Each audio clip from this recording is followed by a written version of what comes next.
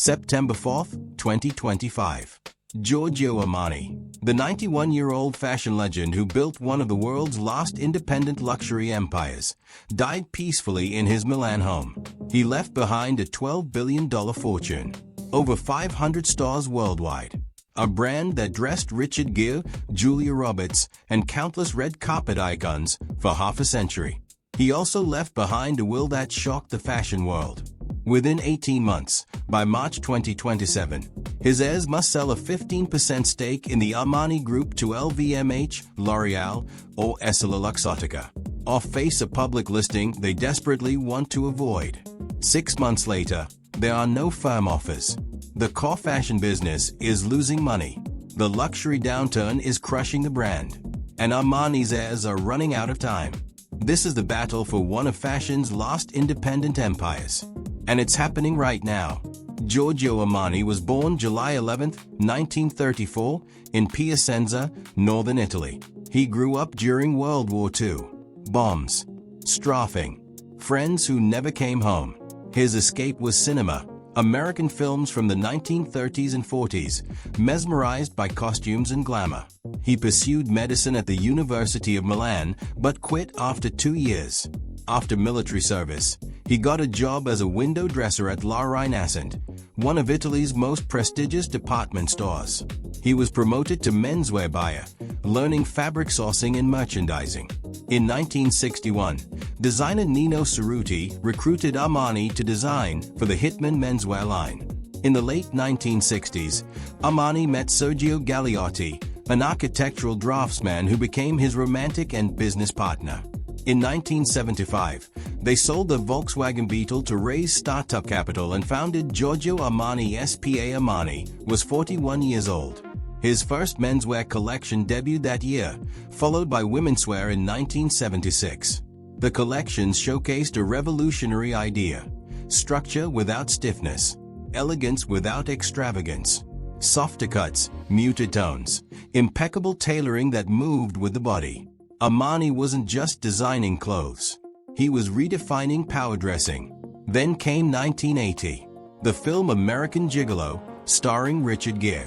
Armani designed the costumes, sleek, deconstructed suits that became instantly iconic. The movie put Armani on the map internationally. Hollywood's elite took notice. Julia Roberts, Leonardo DiCaprio, Beyoncé, Michelle Obama. For decades, Armani red carpet moments defined understated glamour. But Armani didn't stop at clothing. In the early 1980s, he launched Emporio Armani, a more accessible line. Then Armani Jeans, Armani Exchange, Armani Junior, Armani Casa for home furnishings. In 1984, he signed a deal with L'Oreal to create Armani Beauty, perfumes and cosmetics that became bestsellers worldwide. That licensing deal is still in effect, running until 2050. By the 2000s, Armani ventured into hotels, partnering with Emaar Properties to launch Armani Hotels in Dubai and Milan. By 2025, estimates of the brand's value ranged from $9 billion to over $12 billion. And through it all, Armani remained the sole owner. He refused every offer to sell. Bernard Arnault of LVMH approached him multiple times. Armani declined every time. By the 2000s, nearly every other fashion house, Dior, Gucci, Valentino, Versace, had been sold to conglomerates. Armani remained the exception. At the time of his death, Giorgio Armani's net worth was $9 billion. The Armani Group reported €2.3 billion in 2024 revenue. But behind the billion-dollar empire was a darker truth. The core fashion business was struggling. For decades, Armani epitomized timeless elegance. But by the 2020s, the fashion landscape had shifted. Gen Z wanted logos, streetwear, hype. Armani's understated aesthetic felt boring, old. The numbers tell the story. In 2024, the Armani Group generated €2.3 billion in revenue. But operating margins sat at under 3%, razor thin for a luxury brand. Compare that to LVMH's fashion division at 30% margins, or Hermes at 40%. Armani was making money, but barely. The problem? Overexposure. Too many sub-brands. Emporio Armani, Armani Exchange, Armani Jeans, dozens of diffusion labels that diluted the prestige of the Giorgio Armani name. And then came the luxury downturn of 2024 to 2026. Global luxury sales slowed. Brands that thrived on aspirational luxury, like Armani, got crushed. In June 2025, Armani was hospitalized for an unknown illness. He missed Milan Fashion Week for the first time in his career. The fashion world whispered, "What happens when Armani dies?" On September 4, 2025, they got their answer. Giorgio Armani died peacefully. He was 91 years old. He had no children, no clear successor. His will, filed in March and April 2025, was made public on September 12, and it shocked everyone. The Giorgio Armani Foundation would take control. But within 18 months, by March 2027, the foundation must sell a 15% stake to LVMH, L'Oreal, EssilorLuxottica, or another company of equal standing. 3 to 5 years later, the foundation must sell an additional 30 to 54.9% stake. If no buyer emerges, the company must pursue an IPO. The foundation will always retain at least 30.1%, ensuring creative control. Power would be split between three key figures. Pantaleo Dell'Orco, Armani's longtime romantic partner, would hold 40% of voting rights. Silvana Armani, Armani's niece and design collaborator, would hold 15%. Andrea Camerana, Armani's nephew and business executive, would hold 15%. But here's the problem. Finding a buyer who meets Armani's conditions is proving nearly impossible. On paper, the Armani Group looks like an incredible opportunity. One of Europe's last independent luxury giants. Over 500 stores. Lucrative licensing deals. But the reality is far more complicated. First, the valuation is murky. Estimates range from 4 billion to 12 billion euros. Why?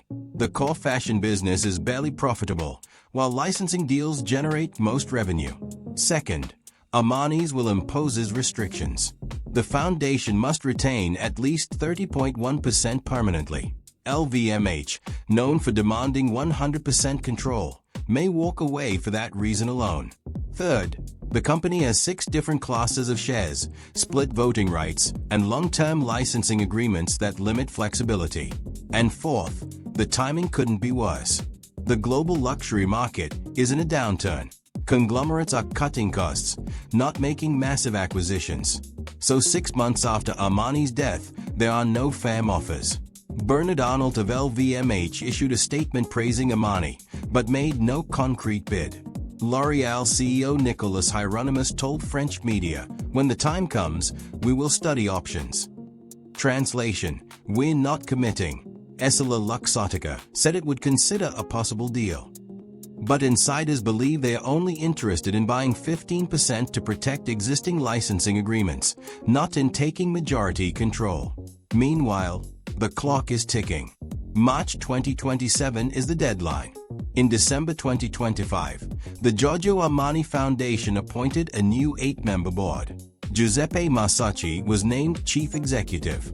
Pantaleo Dell'Orco became president. Their job: restructure the company, cut costs, and find a buyer. But what the public doesn't know is how deeply divided the heirs are. Leo Dell'Orco wants to preserve the brand's independence. Silvana Armani shares that sentiment. But Andrea Camerana reportedly favors a sale to LVMH, believing only Bernard Arnault has the resources to modernize the brand. And then there's the question no one wants to answer: who replaces Giorgio Armani creatively? Silvana Armani took a bow after the women's wear show in February 2026. But she's not a visionary. She executed Giorgio's designs for decades. No creative director has been announced. No succession plan exists. The brand is operating on autopilot.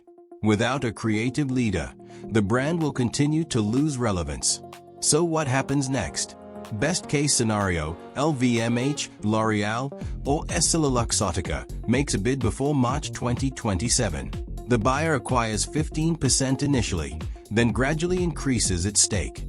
The brand undergoes radical restructuring, cutting diffusion lines, focusing on the core label, modernizing the aesthetic. Worst-case scenario, no buyer emerges. The foundation pursues an IPO. Share prices collapse. The Armani empire fragments. Licensing deals expire. Stores close. Most likely scenario, L'Oreal or EssilorLuxottica buys 15% to protect licensing agreements. They have no interest in majority control. The brand continues as a zombie, generating revenue through licenses while the core fashion business slowly dies. This is happening right now. During Milan Fashion Week in late February 2026, insiders whispered about the Armani succession crisis. No fame bids. No creative director. No clear path forward. Half a year after Giorgio Armani's death, it appears to be business as usual. But behind the scenes, the empire is crumbling. The man who refused to sell for 50 years left behind a will that forces his heirs to sell. The designer who controlled every detail left no succession plan. The billionaire who built fashion's last independent empire may have ensured its destruction. In March 2027, the deadline arrives. And the world will know whether the Armani name survives or joins the long list of Italian luxury brands swallowed by French conglomerates. This is the $12 billion battle for Giorgio Armani's empire. And no one knows who will win.